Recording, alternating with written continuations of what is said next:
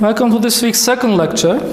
In this second lecture, we are going to start with the asymptotic properties of the mean and the covariance of our state. Let us write asymptotic properties. So before we start into this topic, we are actually going to see some facts again as background. Most of them will be related to linear algebra, and they are the topics of 501. I'm assuming that you know these topics, but still, I would like to remind you what they are. So let us write facts. The first fact is going to be as follows. Let A be in R n by n, and let A be symmetric.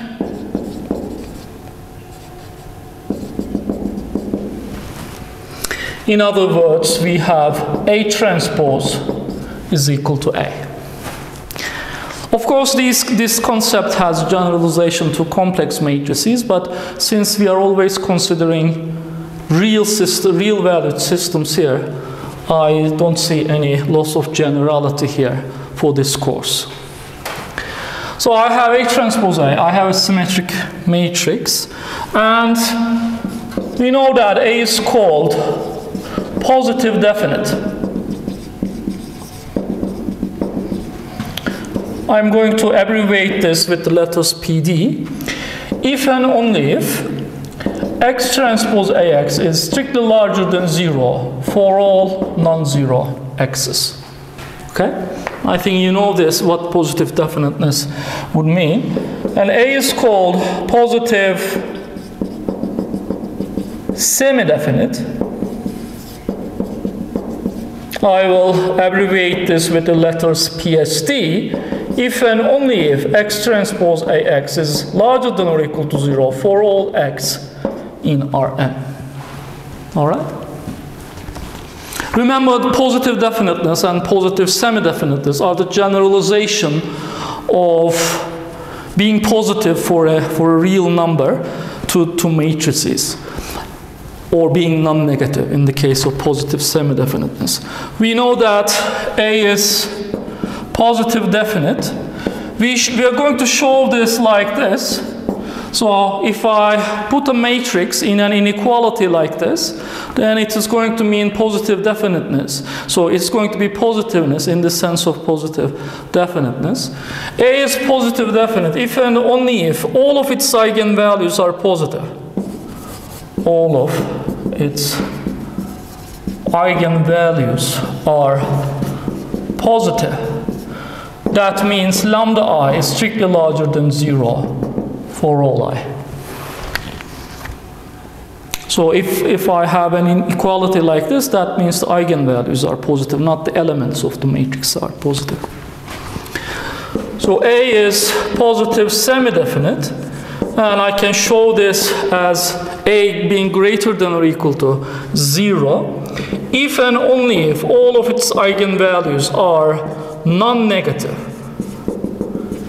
This meaning that lambda I is greater than or equal to 0 for all I. Remember, if a matrix has positive eigenvalues, or if a matrix has all non-zero eigenvalues, then that matrix is also invertible. So here, a positive definite matrix, we are sure that it's going to be invertible. But a positive semi-definite matrix might not be invertible if it has a 0 eigenvalue. So these were the first set of facts. Let us go into the second. A matrix B in the form B is equal to A transpose A. Remember, in the course 501, we call such matrices as Grammian matrices. Okay? And they are in some way, such matrices are formed out of the inner products of columns of A. Okay? If B is in this form, a matrix B in the form given like this is at least positive semi-definite. Okay? And the second fact about this is that B equals to A transpose A is positive definite if and only if A has full column rank.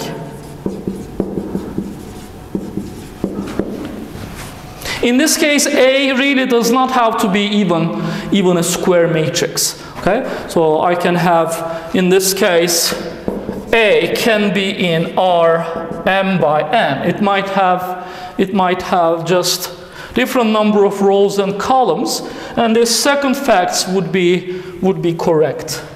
All right. So I can actually try to prove this. It's really not difficult. So if I look at X transpose BX, that is given to me as X transpose. If I substitute B into this quadratic form, I would have A transpose AX, and that is equal to, we know that this is nothing but A times X transpose A times X. But you see that this is nothing but AX L2 norm squared. We know that this is always greater than or equal to 0.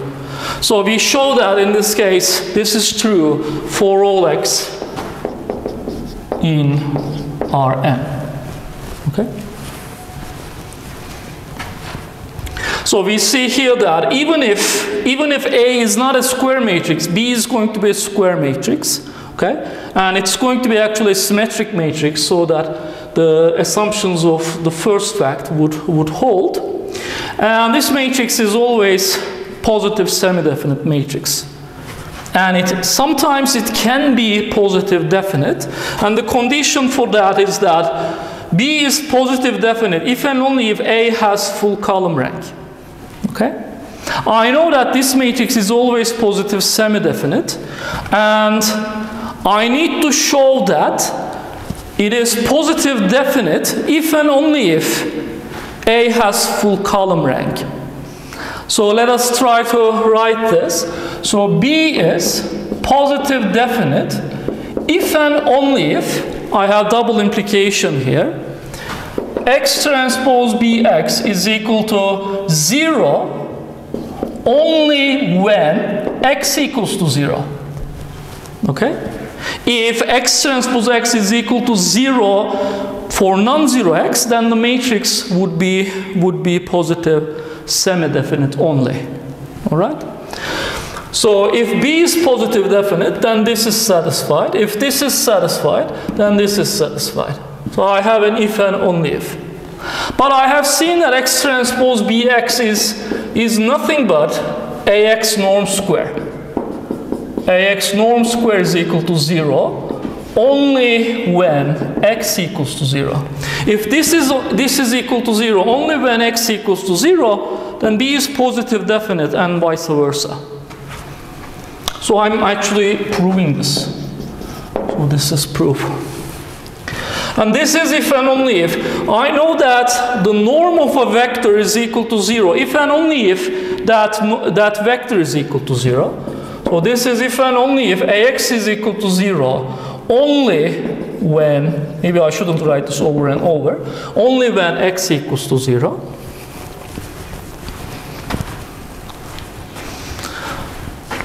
Now I would like to write this AX in the following form. Let us call the columns of A as A1, A2, going until AN. And let us call the elements of X as X1, X2, going until Xn. So this equation is nothing but this. Okay?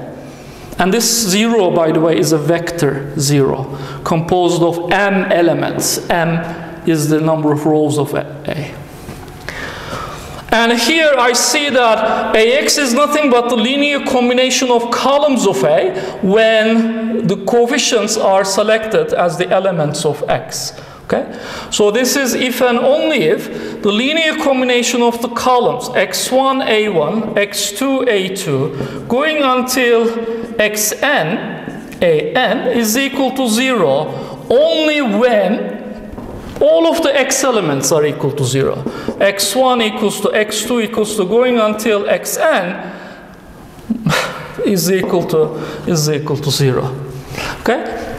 If a linear combination of some vectors is equal to 0 only when the coefficients are equal to 0, that is the definition of linear independence for these vectors.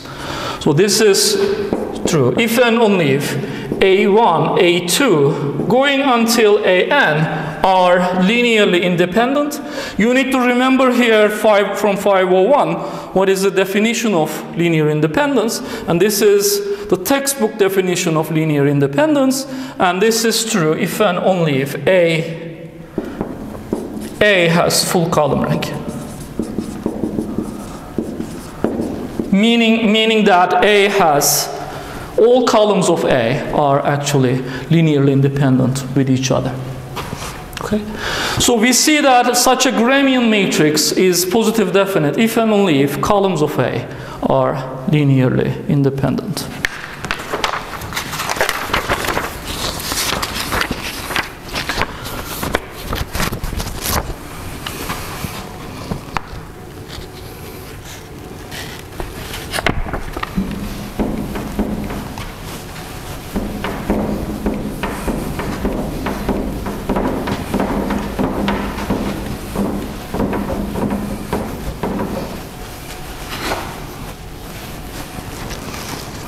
So let us go into fact 3.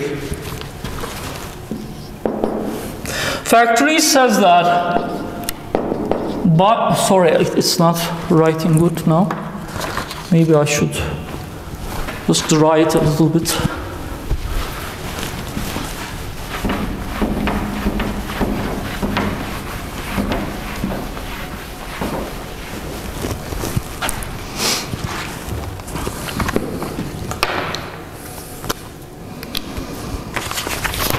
So let us write fact 3. By the fact 2, a matrix B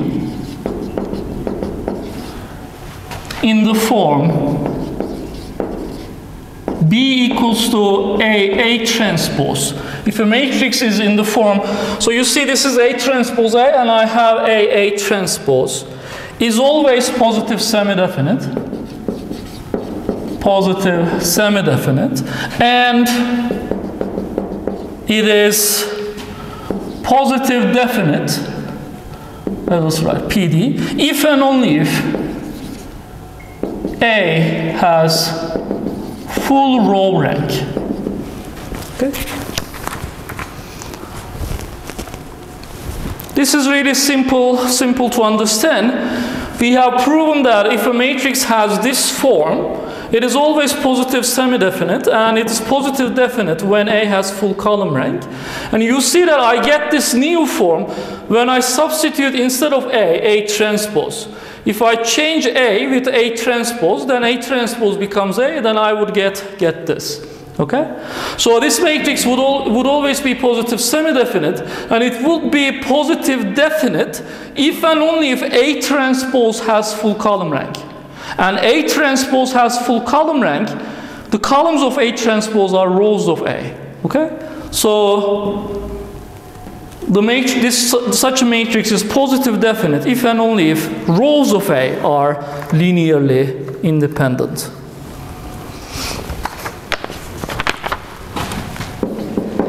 Let us go into fact 4. If A is positive semi-definite, then M transpose AM is positive definite for any matrix M. For any matrix M. So you see that if I have a positive semi-definite matrix, then if I multiply it from the left by a matrix transpose and from the right by the matrix itself, then the new matrix that I get would be positive semi-definite as well. Okay? It's really not difficult to see this. Let us look at X transpose times M transpose M times X here. I'm calling here M times X as Y. So this becomes Y transpose A, Y, and this is always larger than or equal to 0 by the positive semi-definiteness of A. Okay? So you see that from a positive semi-definite matrix, we can get infinitely many different positive semi-definite matrices by multiplying it with a matrix M from the right and its transpose from the left. This is really useful for covariance type of calculations. Remember, if X has covariance, if X has covariance sigma, then covariance of AX would be A sigma A transpose. So sigma is always positive semi-definite as a covariance matrix, and this new matrix would be also positive semi-definite always.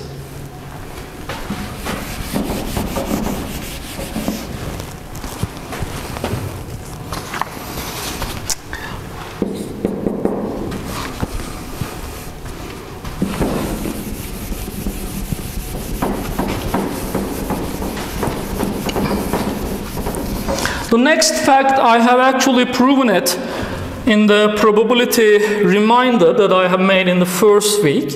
So let us write it again. Any covariance matrix, sigma is at least positive semi-definite.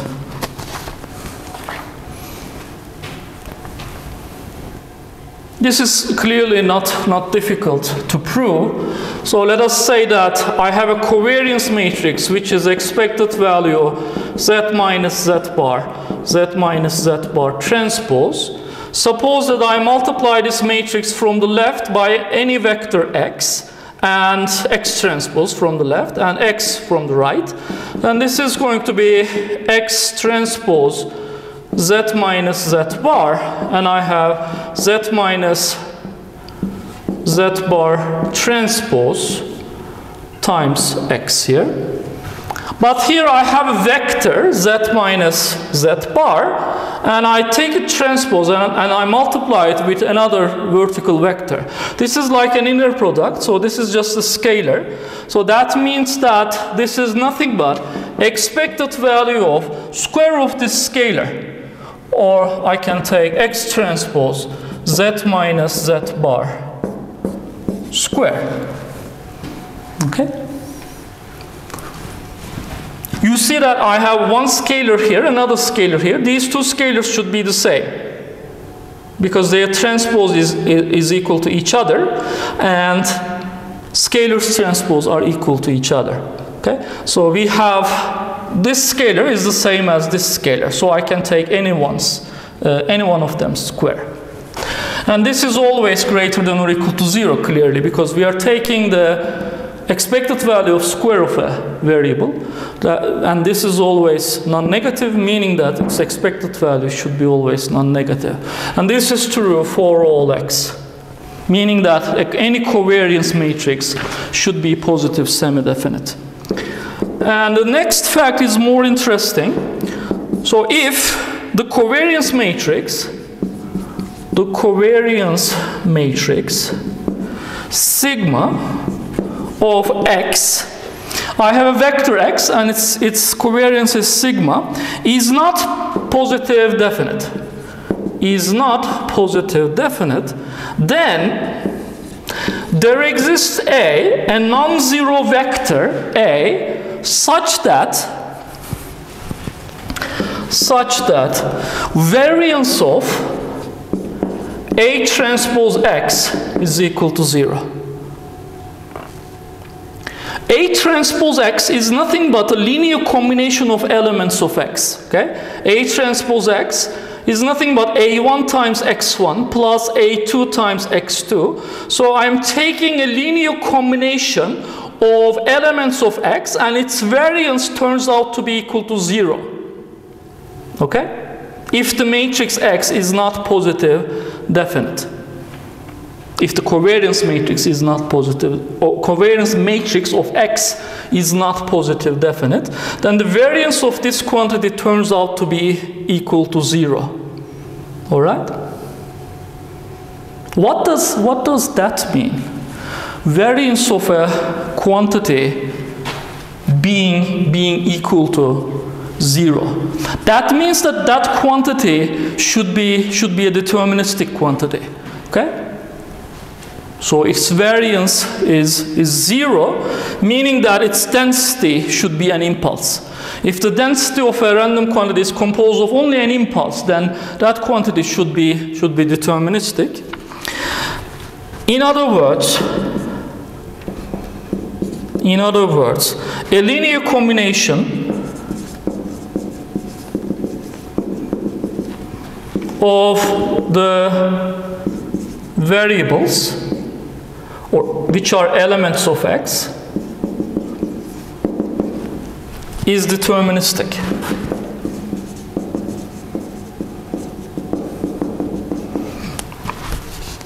So this is our fact 6, and I would like to work on this fact just a little bit to explain you what it means to have a covariance matrix that is not positive definite.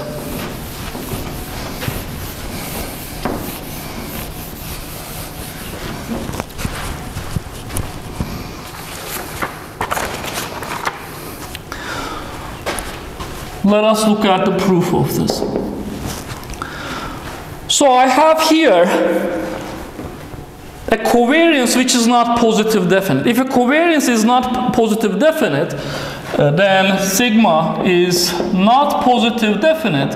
It means that it has a 0 eigenvalue. It should be positive semi-definite only, and there should exist a non-zero x vector, or here I will call that vector A, if and only if there exists a non-zero A such that A transpose sigma A is equal to 0. Okay?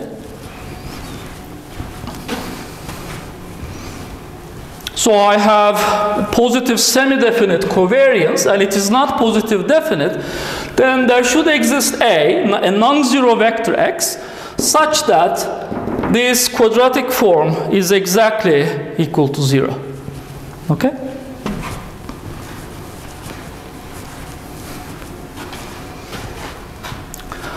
I know that here sigma is nothing but expected value x minus x bar transpose. Okay?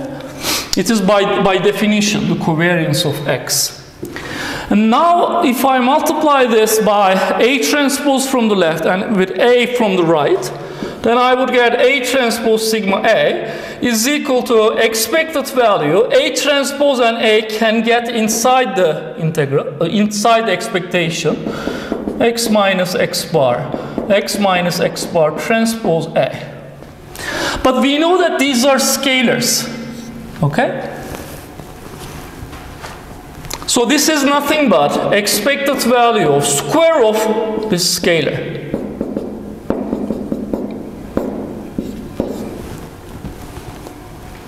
And I can distribute the inner product here. This is A transpose X minus A transpose X bar square. So A transpose X is our linear combination of elements of X. And what about A transpose X bar? The expected value of A transpose X would be A transpose X bar. Okay? So instead of A transpose X bar, I can write this. A transpose X minus expected value of A transpose X square. But you see that this is by definition the variance of the quantity AX. Variance of A transpose X. But this was equal to 0, so I get this.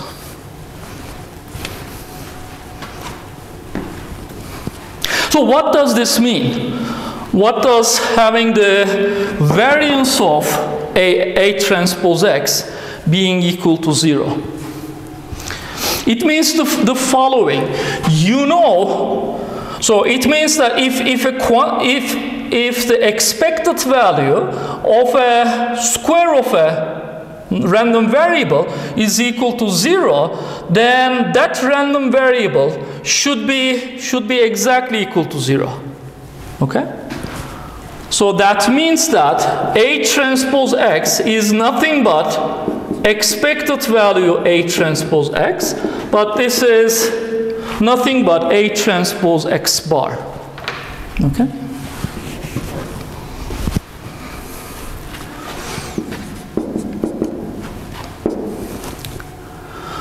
This number is already deterministic. We already know this. Okay? And what about this? This tells me that A1x1 plus A2x2 going until AnXn is equal to a deterministic constant, A transpose X bar. X bar is known and A is known. As a result, I get such an expression about the elements of X. Okay?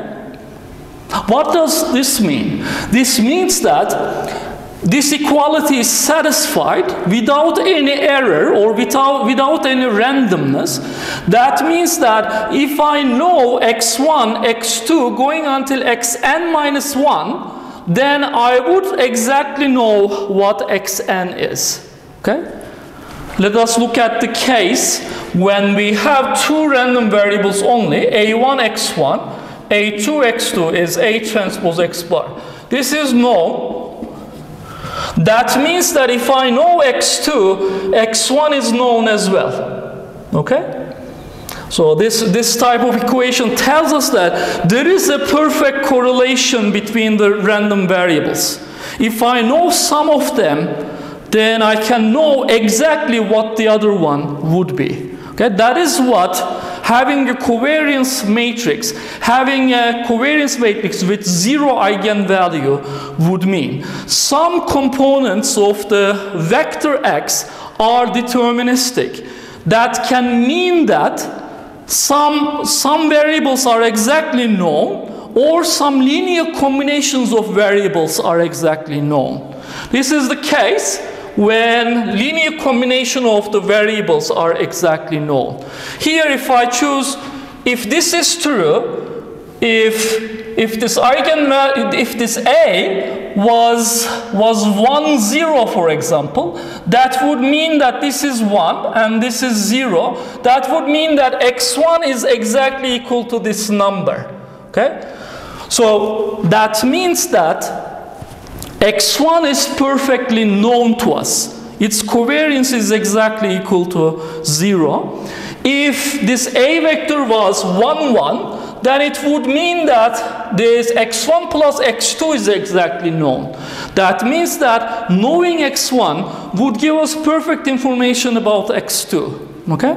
So having a covariance matrix with a 0 eigenvalue, meaning that the covariance matrix is not positive definite, would mean that either some elements of X are perfectly known, they are deterministic, or a linear combination of them is perfectly known. Okay, it's one of these cases.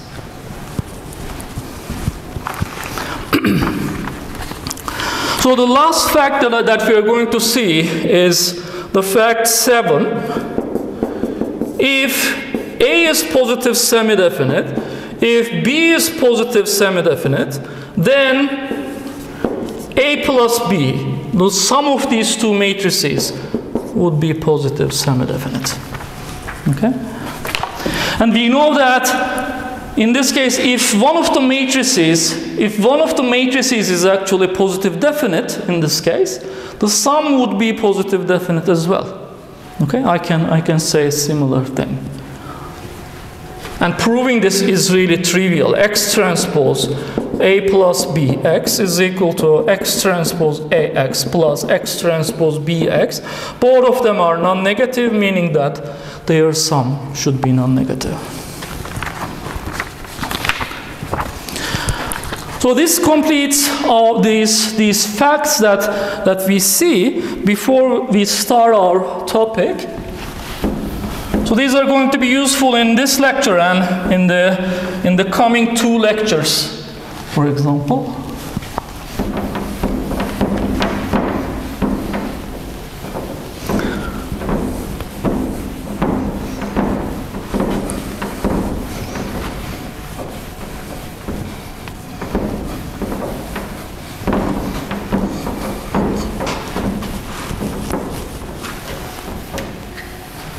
So now we're going to go into the topic of stability for an A matrix.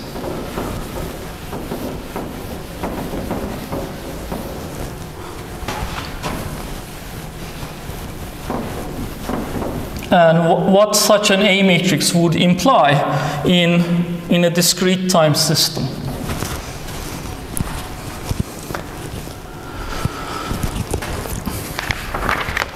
So let us make a definition.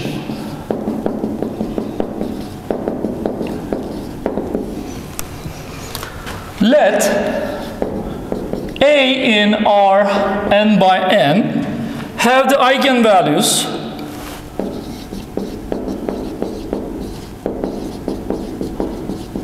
lambda I in the complex numbers. A is called stable if and only if the magnitude of all eigenvalues are strictly smaller than 1 for I from 1 to n. In other words,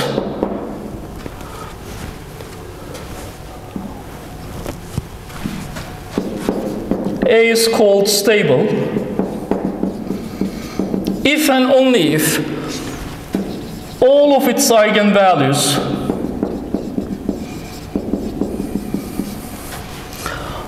are strictly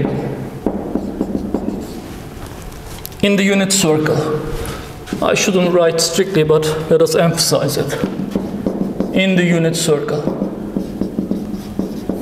Okay? So we are considering a real valued A matrix.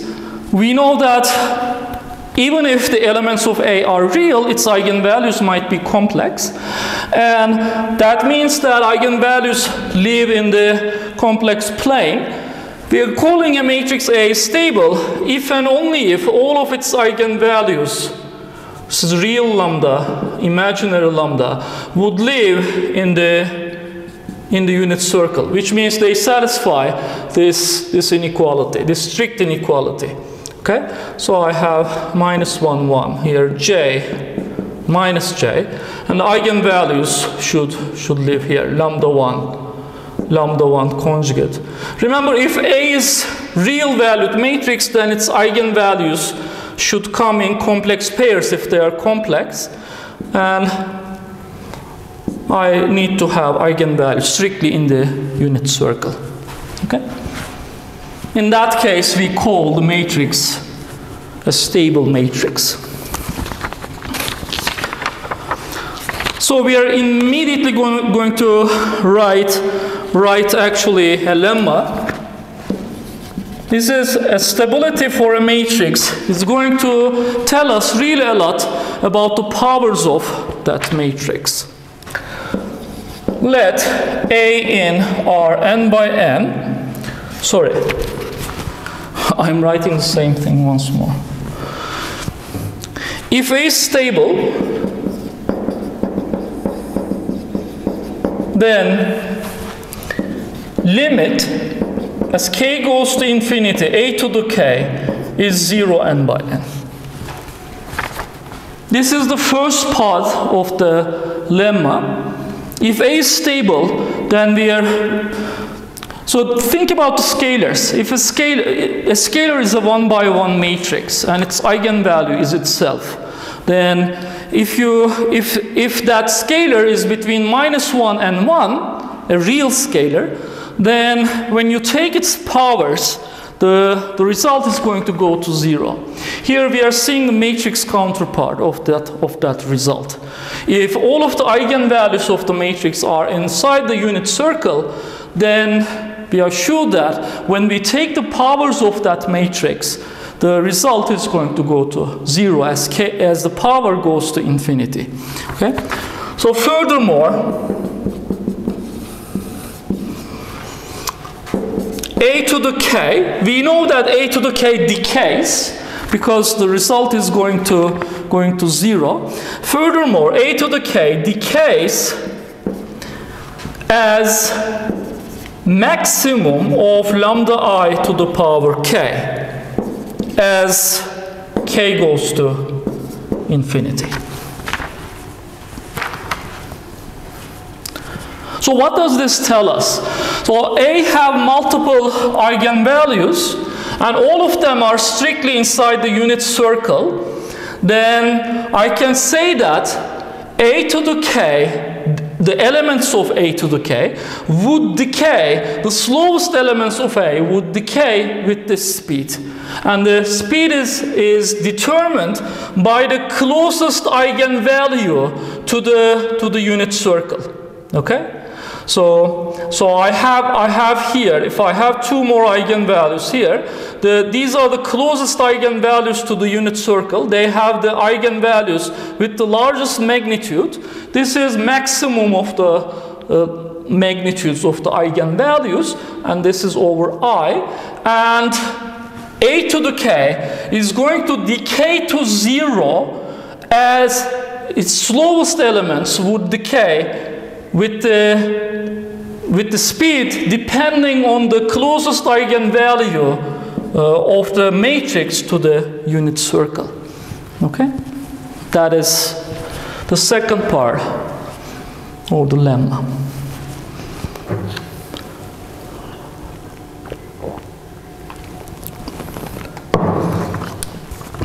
So I want to spend some time on proving this, and the proof is mainly going to be based on the last part of EE557, functions of a matrix.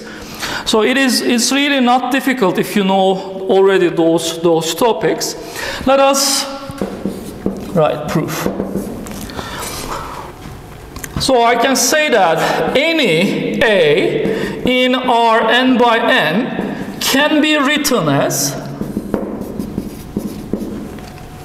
A is equal to P times J times P inverse. P is an invertible matrix composed of eigenvectors and generalized eigenvectors of A, and J is the Jordan canonical form. Remember, Jordan canonical form was nothing but P inverse AP. This equation means that A is equal to Pj P inverse. Okay? And J here is the Jordan canonical form. And we know that this Jordan canonical form would be formed out of some Jordan blocks belonging to different eigenvalues of A. So I have J1, for example, for the first eigenvalue. I can have multiple Jordan blocks for the same eigenvalue. So J2, for example, can belong to the same eigenvalue, but it might have different size, or it might have a same size as J1, etc. So suppose that the total number of Jordan blocks of the Jordan canonical form, let us say that is J sigma. So I have sigma Jordan blocks here belonging to all different eigenvalues. And Jordan canonical form is a block diagonal matrix composed of some blocks which are the Jordan blocks. And here each Jordan block would be in the following form. Let us say Js belongs to the jth eigenvalue, lambda j, and these blocks would have diagonal elements composed of the eigenvalues, and I would have ones above the main diagonal, and I would have zeros everywhere else. All right? And let us say that this Jordan block has size d by d. Okay? Of course, the size of each Jordan block might be different, but here I call the size d by d. If d is 1, then my Jordan block is a scalar. If d is 2, I have a 2 by 2 matrix like this, and I have a 3 by 3 block if d is 3 like this, etc. Okay? We know also that from 501, any function of A can be written as follows. F of A is always P times F of J times P inverse. Okay? So I can calculate any function of A by calculating this P matrix and then taking the function of the Jordan canonical form. I'm assuming that you know this. I cannot prove these parts. They are textbook 501. Okay? Any function of A can be written like this, and F of J, as you all know, can be written as F of J1, F of J2. It is the functions of these Jordan blocks. Okay?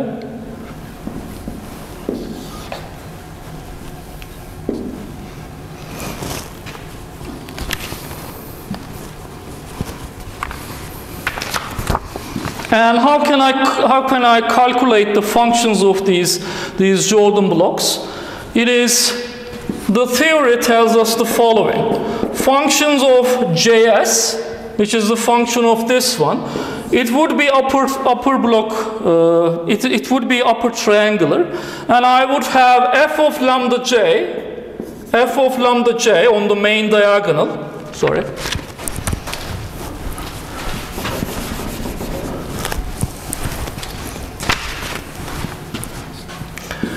F of lambda j. These continue until the end. And what about the main diagonal? I have f prime of lambda j, f prime of lambda j, f prime of lambda j here. 2 above the main diagonal, I have f double prime of lambda j divided by 2, f double prime of lambda j divided by 2. And if I continue in this manner, then in the upper right corner, I would have f to the d minus first order derivative evaluated at lambda j divided by d minus 1 factorial. Okay? This is the function of a single Jordan block. And we know that each of these functions of Jordan blocks would be in this form depending on their eigenvalues. Remember, this is a d by d block here. So here, the function of the matrix that we would like to calculate is really basic. Okay? So I have here a to the k. That means that for showing something like this, I'm going to choose my function, scalar function, f of s, as s to the k. Okay? Then that means that I'm going to require the derivatives of this function. So I'm here going to assume that k is much larger than this size of the largest Jordan block. Okay?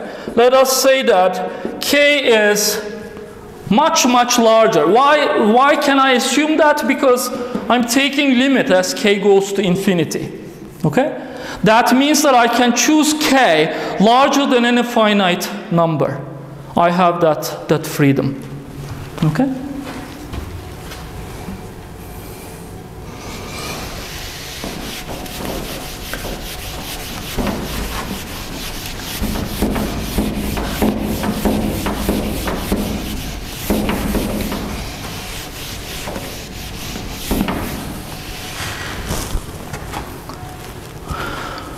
So here, in order to be able to take the power of a single Jordan block, I would need the derivatives of this function when k is much larger than d max.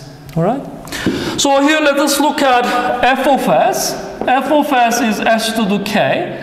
F prime of s, the first order derivative, is nothing but k times sk minus 1. Okay? And I have f double prime of s is k times k minus 1 times s to the k minus 2. And I would need these derivatives until the d minus first order. Okay? But I can write the general rule here. Let us say f to the ith order derivative, okay, s is going to be, I have k minus 1. This is going to continue until where? So I can here write actually s to the power k minus I. Okay? And you see that we always continue until one more than this thing. Okay? And it's going to continue therefore until k minus I plus 1. Okay? I need a little bit simplification here. So you see that I can write this multiplication of coefficients as follows. This is k factorial divided by k minus I factorial. okay? And I have s to the k minus I, okay?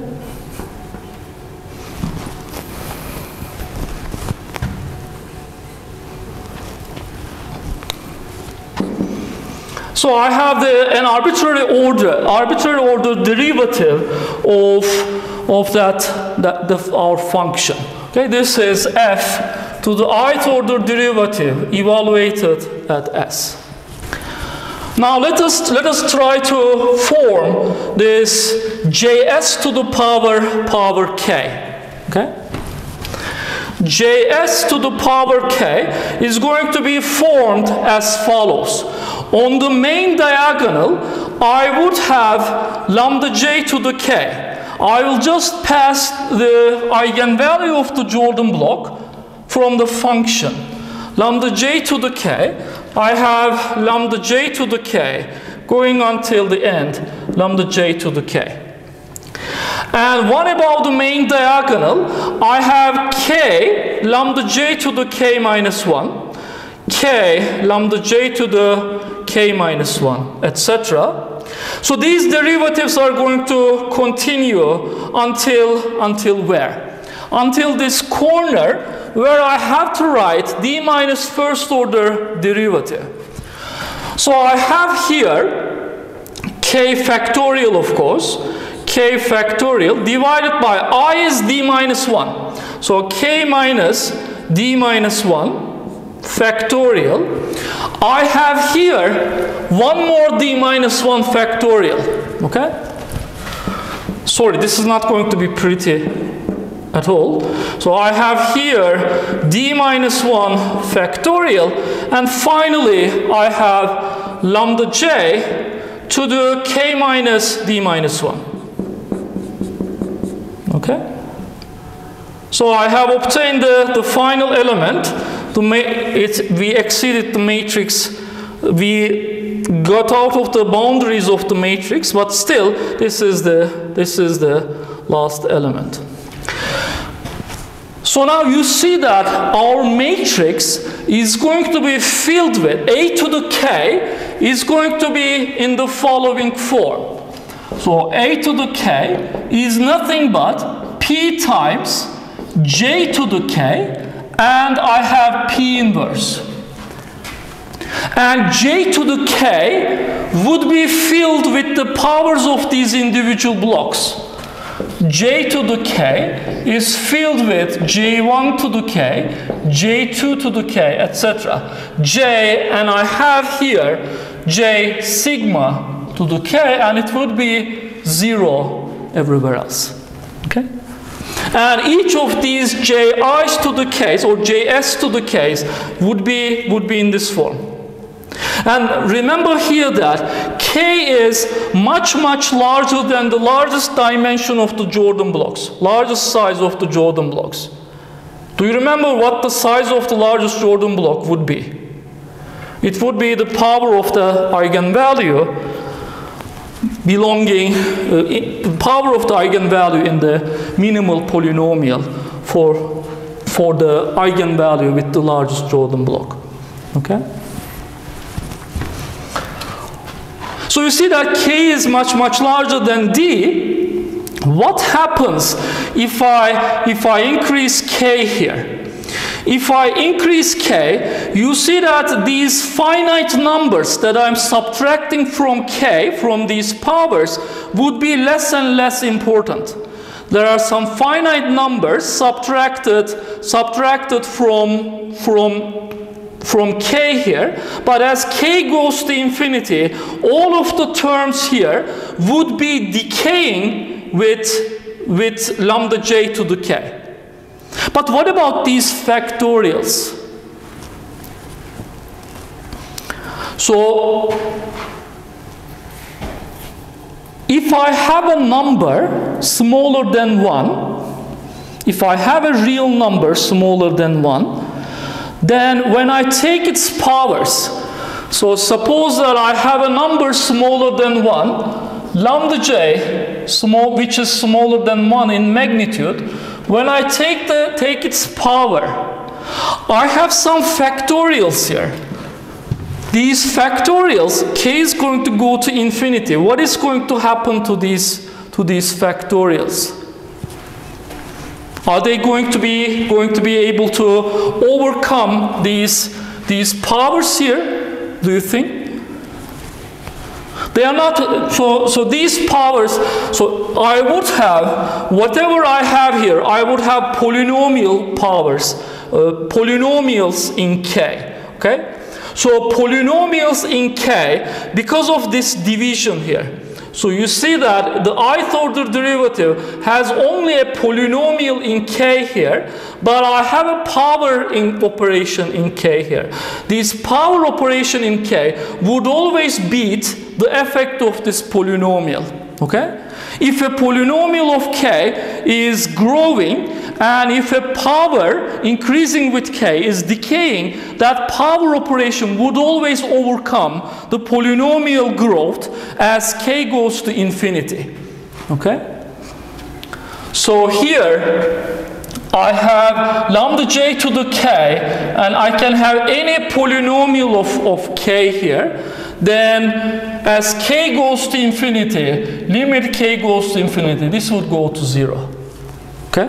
However fast that polynomial is increasing. Okay? It really doesn't matter. All right? So we see that this power of a Jordan block would be decaying with the speed determined by the corresponding eigenvalue to the power k. If the magnitude of that eigenvalue is smaller than 1, and we know that because the assumptions of the lemma is that if A is stable, we know that all eigenvalues are smaller than 1 in magnitude. That means that Js to the k would be decaying as the eigenvalue to the power k, or the magnitude of that eigenvalue to the power k. Okay?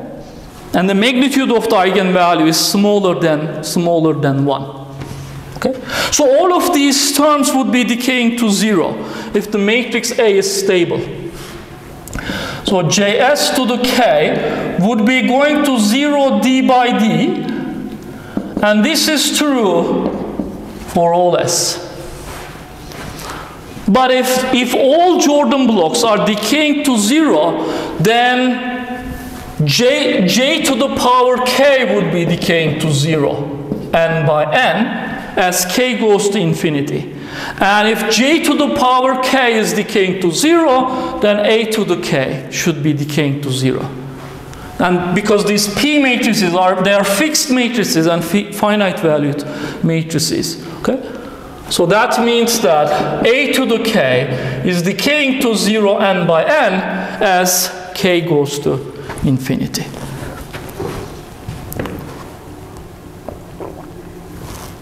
And what determines this speed of this convergence to 0? I have told you that the speed is determined by the size of the magnitude of the closest eigenvalue to the unit circle. So suppose that the eigenvalues are 0.1, 0.2, and 0.9. I have suppose a symmetric matrix, and I have real eigenvalues, and I have just these eigenvalues. Then the growth of the corresponding or decay of the Jordan blocks would be determined by the powers of these numbers between 0 and 1. And you know that this is going to decay really fast. This is going to decay a little bit slower, and we know that this is going to decay the slowest among these three. All right? So we see that, therefore, speed of convergence of j to the k to 0 and hence a to the k to 0 would be determined by the eigenvalue with the largest magnitude. All right? Because all of the eigenvalues are in the strictly in the unit circle, that means that the speed of convergence would be determined by the closest eigenvalue to the unit circle. And this last statement tells us. Furthermore, a to the k decays as max I lambda I to the k, it decays with this speed to 0. Okay? So this actually told us some things about the matrices with eigenvalues inside the unit circle. Now we are actually ready to see the implications of this property in the system theory.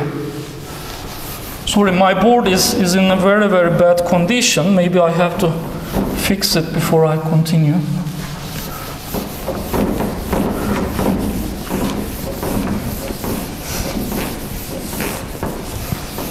Now we're going to see actually two theorems related to the dynamic systems with A matrices that would have this property, this stability property.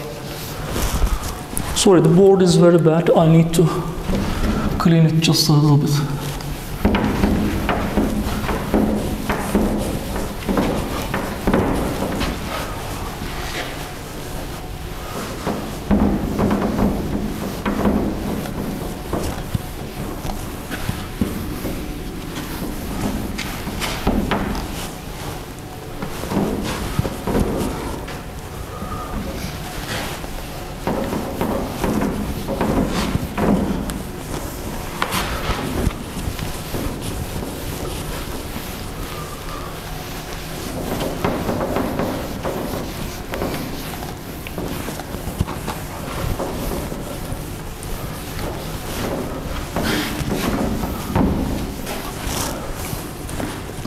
Okay, this is as good as it can get. Now let us write theorem.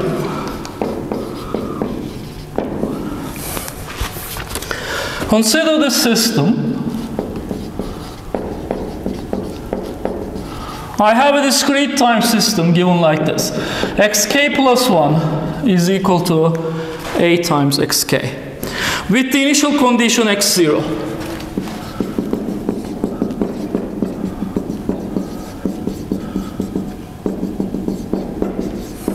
Okay? If A is stable, then limit k goes to infinity xk would be equal to 0 for all initial conditions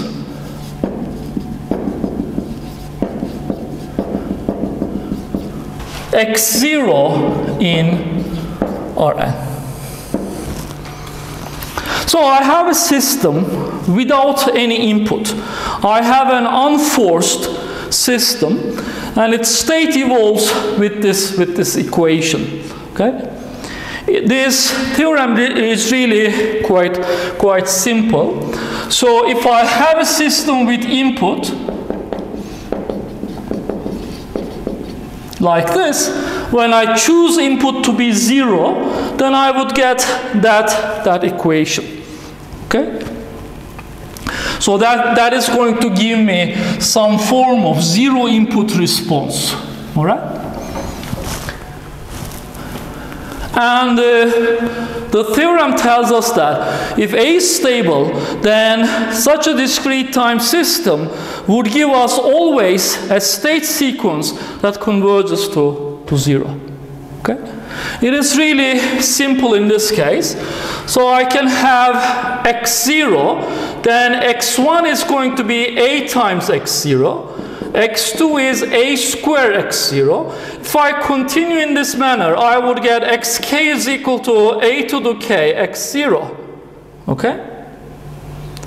And when I take the limit of both sides here, limit as k goes to infinity, this is a basic proof of this thing. When I take the limit as k goes to infinity of xk, the only thing that I have to take the limit is A to the k as k goes to infinity times x0. Okay? But you see that since the matrix A is stable, this is going to converge to 0 n by n times x0, which is 0. This is a 0 vector, this is the 0 matrix. Okay?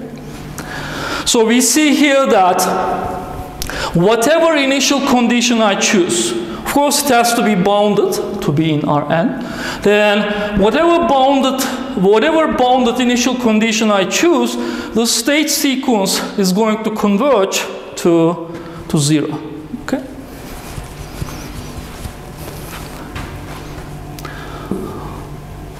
So if I was teaching the course 502 linear system theory, this type of property for a discrete time system would be called asymptotic Lyapunov stability.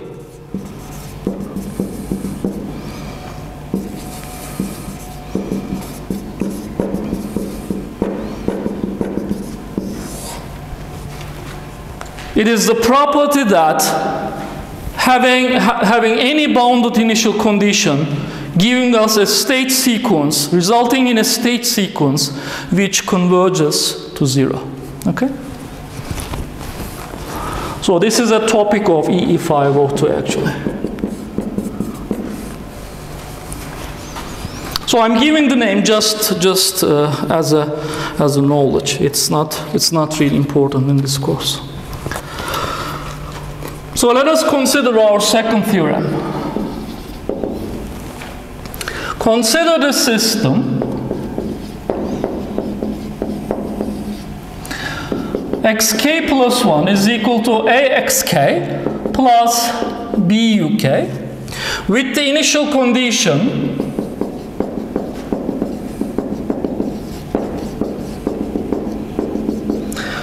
x0.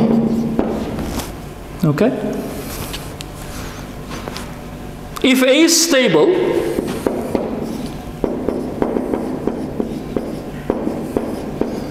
and uk is equal to u bar for all k, then, so I take a constant input and I take a stable A matrix, then xk converges to the unique solution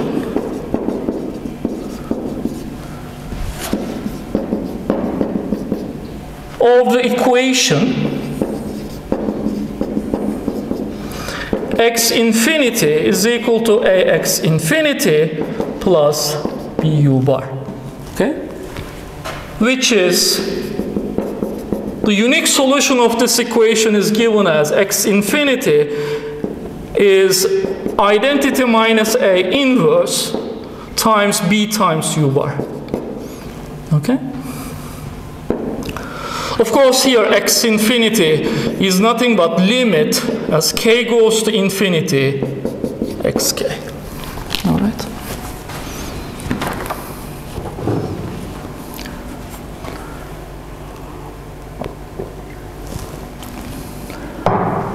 So here, let us try to prove this equation. This theorem. So you see that I have a deterministic system in this case, and I choose uk is equal to u for all time. Okay? I have the initial condition x0. So remember how we can solve such a state equation.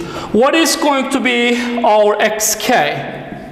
This is going to be a to the k times x0 plus I from 0 to k minus 1, a to the k minus 1 minus I times b times ui. Okay? This is the solution of this equation. So I can write xk in terms of x0 and all of the input sequence from u0 to uk minus 1. Okay? So this is our state, and I want to take the limit of this thing as k goes to infinity. All right? So here I'm trying to prove this. So I have written the solution. Now I can substitute, instead of u, I will just write u bar, which is the constant input that we are applying the system. A to the k, x0. So I have I from 0 to k minus 1, a to the k minus 1 minus I, times b times u bar. When I change u into u bar, it becomes independent of the summation variable, and I can take BUI outside the summation, and I have only the summation of the powers of this matrix as from 0 to k minus 1. Okay?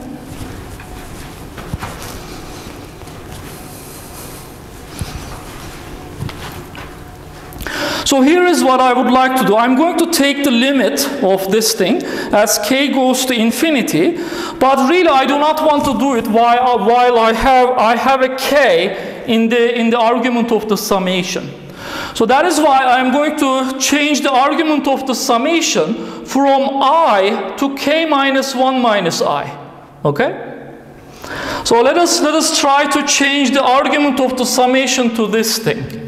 All right, that is a to the k x0, and I have here, if I change the argument of the summation from I to k minus 1 minus I, that is going to give me, if I is equal to 0, k minus 1 minus I is k minus 1. So this is I equals to k minus 1. To when I is equal to k minus 1, k minus 1 minus I is 0. And I have a to the power I. Okay? I change the argument of the summation, so it's a little bit calculus or whatever you call it. So I have BU bar. So you see that in the argument of the summation, I sum a to the I from the power k minus 1 to power 0.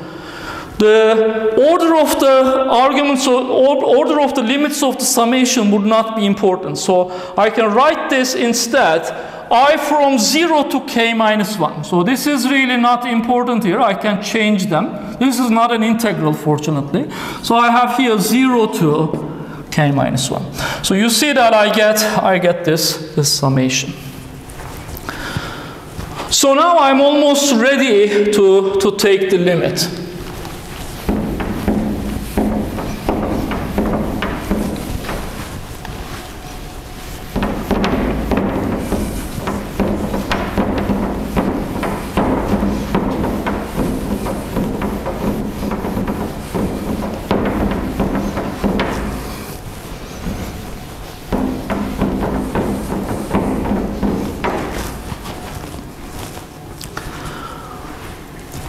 So now I will take the limit as k goes to infinity.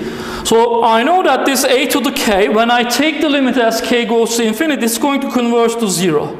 So this is going to be 0 times x0. So this is going to cancel. So I will have, this term is going to go to 0. By the way, this is called the zero input response, and this is called the zero state response in our response. Okay, so the zero input response is going to converge to 0 when the system is asymptotically stable, and I will let k go to infinity here. Okay, so now let us try to write the limit. Well, x infinity is going to be 0 because a to the k is going to go to 0, and I have I from 0 to infinity, I have a to the I in parentheses b times u bar. Okay? Now, when I take the limit of any summation, any finite summation, and when I increase the limit of the summation to infinity, I need to make sure that such a summation or such a series, the resulting series, is convergent. Okay? Here, the convergence is guaranteed due to the stability of a to the I. Okay? So we know that if I have a summation I from 0 to infinity of any number r to the power I, okay, such a series would always be convergent. Okay, when actually the magnitude of r is smaller than 1. Okay, such a summation would always be convergent, and the convergence condition, the region of convergence, if you like, is R being in magnitude smaller than 1. Okay? Here, I know that the elements of the matrix A to the I, they are always getting smaller and smaller as k goes to infinity, and they are always looking like such a geometric series. Okay? Because they are always decaying with the power of the magnitude of the closest eigenvalue to the unit circle, which is smaller than, whose magnitude is smaller than 1. Okay? And as a result, such a summation, I can, when I let k go to infinity, would always be convergent. So here, I can actually say that always exists, and so the limit would always exist. Okay? So we see that here, x infinity that we find is nothing but I from 0 to infinity, a to the I times b times u bar. Such a limit, such a series would always exist, and x infinity is given by this. Now, what is told to us in the theorem? The theorem tells us that xk converges to the unique solution of this equation. So somehow we are told that that solution should satisfy this equation. Okay? X infinity, a x infinity plus b times u bar. But here you see this. Our original system equation is given like this. Xk plus 1 is equal to axk plus b. Instead of uk, I will give u bar. Let us take the limit as k goes to infinity of both sides. This is going to converge to x infinity. When x infinity exists, I would have this limit x infinity. This is going to ax infinity plus b u bar. This is going to remain the same. So this is the equation, therefore, that should be satisfied the limit of xk. Okay? And I have found this limit as this one. So now the question is, does this satisfy this equation? Okay? Here it says that it converges to the unique solution of this equation, and the unique solution of the equation is given like this. Why is it given like that? It's really easy. So I have here x infinity minus ax infinity is equal to b times u bar. And if I take x infinity parentheses here, I have identity minus ax infinity b u bar. And you see that x infinity is therefore identity minus a inverse b u bar. Okay? So if my x infinity satisfies this equation, then this equation has a unique solution given by this.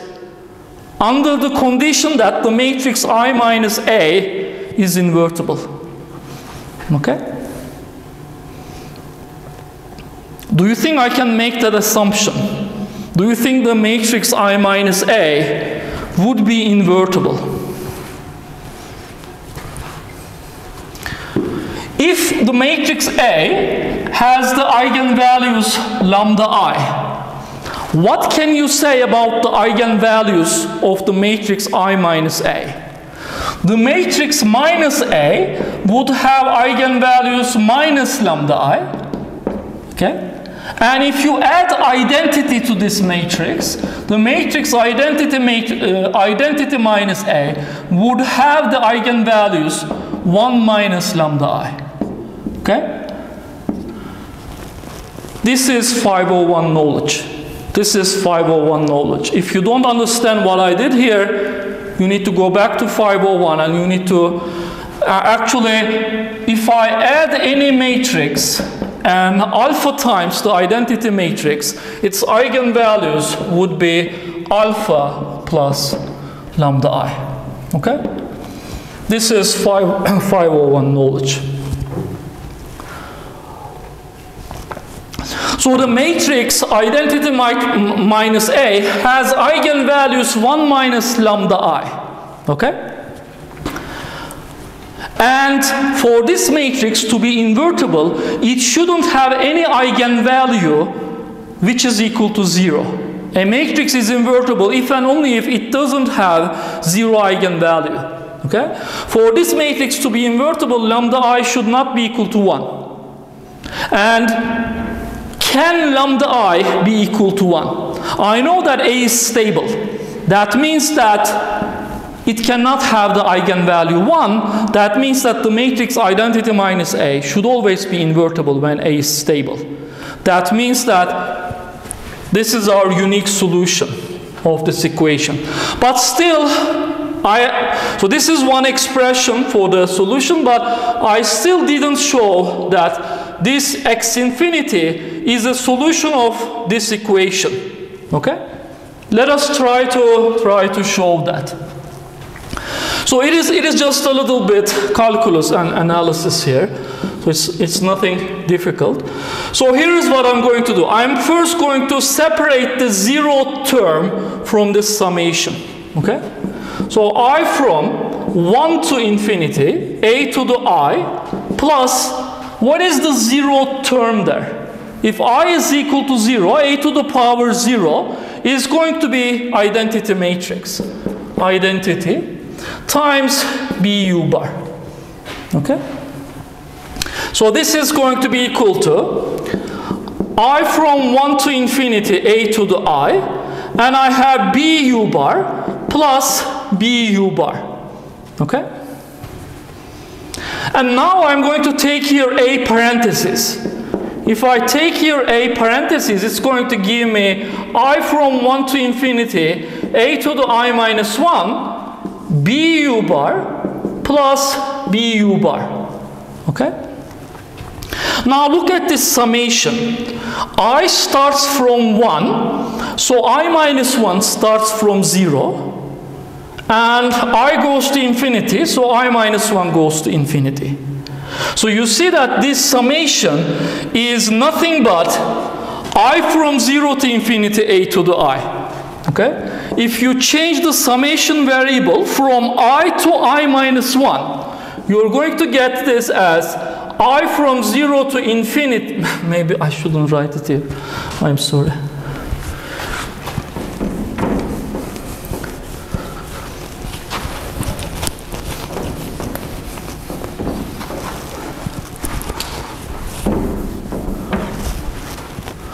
So this is from I from 1 to infinity. So A, change the summation variable from I to I minus 1. Okay? Then that is going to give us I from 0 to infinity, a to the I, times bu bar, plus I have bu bar. Okay? But this thing, this summation, this series times bu bar is nothing but our x infinity. Okay? So this is x infinity. That means that I have a times x infinity plus bu bar. So we started from x infinity, we ended up at a times x infinity plus bu bar. Okay?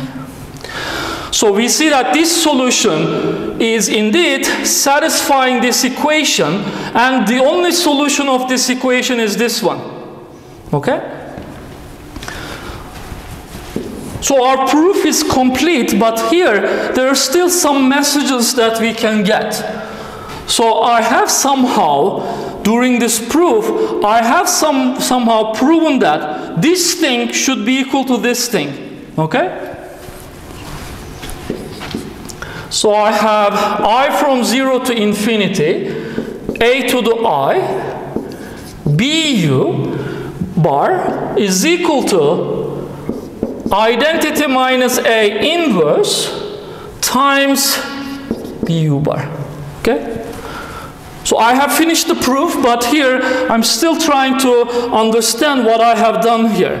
So I have seen that this satisfies this equation, and the solution of this equation is this one. Therefore, this should be equal to this one. Okay? So we have just obtained this. All right? But here I can choose any B. There is no constraint for B. And I can choose any U bar here, okay? So that means that these two matrices should be equal because this BU bar is an arbitrary vector, okay? I can choose BU bar as 1, 0, 0, 0, then the first columns of these two matrices should be equal. And I can choose BU bar 0, 1, 0, 0, 0, then the second columns of BU bar should be, second columns of these two matrices should be equal, etc. Okay? So this equation then implies that I from 0 to infinity, a to the I, is nothing but identity minus A inverse. So isn't this magical? So I have a summation of infinitely many powers of the matrix A, and it is going to be identity minus A inverse. Okay? It looks really magical, but it's not difficult to understand. So here is how. I from 0 to infinity, a to the I can separate the zeroth power. I from 1 to infinity, a to the I, plus identity. Okay? Do the same tricks that we did there. Separate a from here. Then I would get I from 1 to infinity, a to the I minus 1. I have a here. Then I have here 0, infinity, a to the I. I know that this summation is nothing but this summation.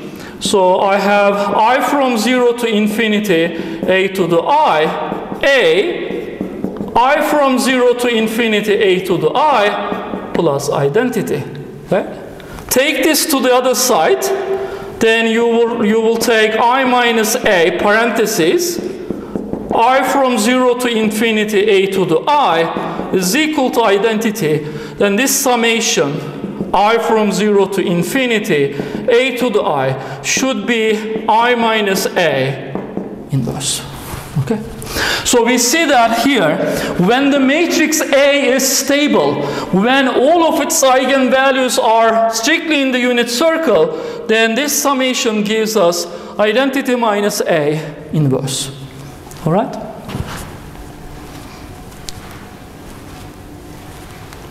Let us reduce this to a scalar. If A is scalar, and if the magnitude of A is smaller than 1, a to the I from 0 to infinity, identity turns into 1 minus A inverse. But you see that this is 1 over 1 minus A. So you see that this is our classical geometric series formula. 1 over 1 minus A is its sum, and this is true if the magnitude of A is smaller than 1. So this is our scalar result, classical geometric series. This is its generalization to the matrix case. Okay? So you see how linear algebra is quite neat. So then how is this going to be useful? When I have, maybe I need to finish this lecture sometime. I'm sorry. This is the last thing that I'm going to write here, and then I'm going to finish. So remember, when I had a system, xk plus 1, axk plus buk plus gwk, when we write the mean equation, when I take the mean of both sides, then I have xk plus 1 is equal to, this is bar, the mean of xk, plus buk. Wk has 0 mean. So you see that the mean evolves according to not UK bar. UK is deterministic here. So you see that when I have a stochastic system, the mean of the xk evolves according to a deterministic system given like this. Okay?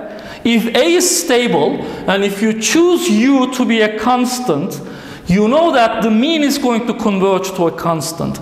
And that constant is going to be given to us by our formulas here. Where is it? So it is either this or this, whichever one you actually prefer. All right? So you see that stability of A, if U is constant, guarantees the stationarity of the mean as k goes to infinity. Okay?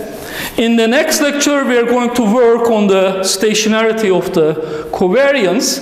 We are going to see that stability of A is also going to ensure that the covariance of A is going to converge to a stationary covariance as time k goes to infinity.